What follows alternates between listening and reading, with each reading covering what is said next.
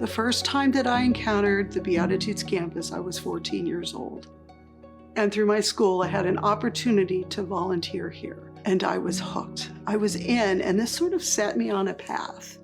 In my schooling, from high school into college, it was a driver for me that I wanted to work with older adults, and only older adults. First time was I came here for my interview, and it was in late July of 2000, and it's the first time I had stepped foot on the campus. I just moved to Arizona. Couldn't find my way to the place I was supposed to be for the interview, and I had a resident walk me there and asked what I was here doing, and I said I was interviewing for a marketing job, and she looked at me and said, "Can I give you a good luck hug?" I knew I was at the right place right then. I actually grew up in the area, and I remember when Beatitudes was new back in the maybe late 60s, early 70s, driving down the road, and there was that big building.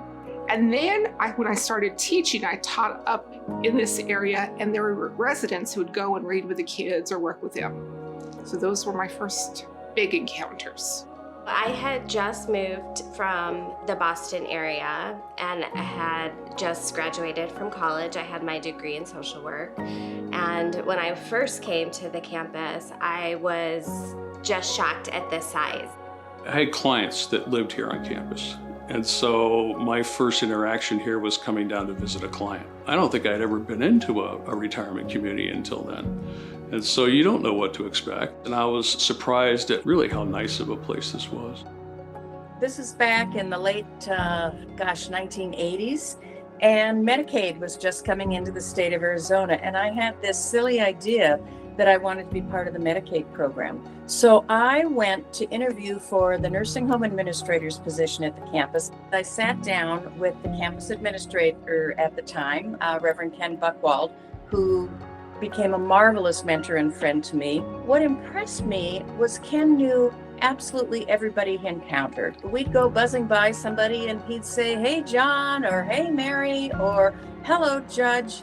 So that's how I ended up the Beatitudes. I did go do my interview with the state, and I knew immediately which job I really wanted to have. And it's probably the best decision I've ever made in my life. This community was the first to be built in Arizona. It made a huge impact here in Phoenix, especially in the beginning. I'm Becky Nelson Guy, and my dad is Reverend Culver H. Nelson, the founding pastor of Church of the Beatitudes and the visionary and founder of Beatitudes Campus Care. My dad was visiting a parishioner who was in a group home, and he came home to my mom and said, "I can't believe the living situation. They're just waiting to die." And my mom said, "Well, what would you like to do about it?" And he said, "I'd like to build a community where people can continue to learn and grow and have every continuum of care so that their wife or husband could be by them, and have a community so that they're not just waiting to die." And she said, "Well, then do it." When my dad built this place, he couldn't get a loan because it was a new concept. So he got church members to take second mortgages out on their home. That's amazing if you think about that. You don't necessarily see that as much today. People have visions, they want to make difference, but to gather a group of people to say, "I believe in this so much, I'm going to mortgage my house to do this," it's pretty powerful.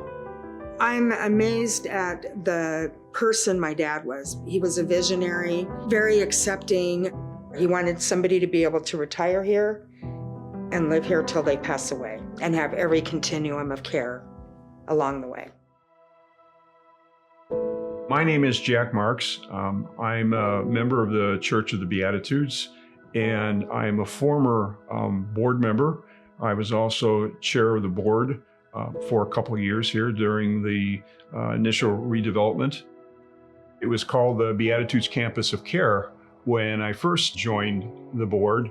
After a year or so, we began to have discussions, is that an appropriate name any longer? We wanted to stress the collegial aspect of the organization. And so we got rid of that and of care and began calling it the Beatitudes Campus. So we officially changed its name to that to more reflect what we thought the organization was. When I think about our founders, this wasn't about buildings. It was about people, and it was about building community, and it was about letting seniors live life to their fullest. This started as a vision 60 years ago, and it's not only going strong, but getting stronger. My dad, when he first moved here, although he needed to go into independent living and he knew it, was not happy. And he would fuss about being here, you know. And then one day we took him out for dinner, and as we drove up, he said, "Home sweet home." And that just filled my heart. When you talk to people about how do you like retirement, and their response is, I'm so busy now, I don't know how I ever had time to work. And that's what it's like here. Does it make you happy to be here? Of course. Why don't you say that? I'm happy to be here, absolutely. I've checked in on other facilities. This Beatitudes is the best. My name is Kathy Amond. I worked here for 23 years before I retired. I miss the residents. I just really miss the residents. It was a fun job. It was a very rewarding job. It taught me that it's doable. There are problems, but you can overcome them. It taught me grace. It's kind of a tumultuous time when you're moving into a retirement community, and it can be scary and overwhelming, but we are just here to bring joy. During the downturn in the economy in 2008, we all know how difficult that time was. We used that downtime to develop a program called Comfort Matters. Comfort Matters is a dementia care education and consultation program that operates across the United States. Every day, we influence tens of thousands of people who are living with dementia and their families through our work. Just recently, we met with the folks from Sweden where we were able to discuss the dementia villages that were created here. They've come here to visit our campus and to see the things that we do. It was a real challenge during COVID, and I never saw a place work so hard to keep people so healthy. It was a very hard time for the world, especially this Beatitudes community, but they found ways to continue to live in community together, yet being apart. It feels like a community where everybody knows everybody, we watch out for everybody. It's like a family, really. They are terrific with my mother, and they take extra special care when I'm not around, making sure that she has everything she needs and gets where she needs to go on campus. So I couldn't really ask for anything more. They have good meals. We have lots of games that we can participate in, and they show a lot of movies, and they keep us pretty busy. That's good. When you can be in a vibrant community like Beatitudes, it's really hard not to be some kind of social. And you walk in the buildings and you see people participating in the activities in the classrooms. And you go, yeah, this is the way to do it. What residents needed back in 1964 is totally different than what a resident walking in today needs. And I think it's amazing that they have evolved and they're willing to adapt and grow, and that's an awesome trait. I've grown to appreciate how important the location is.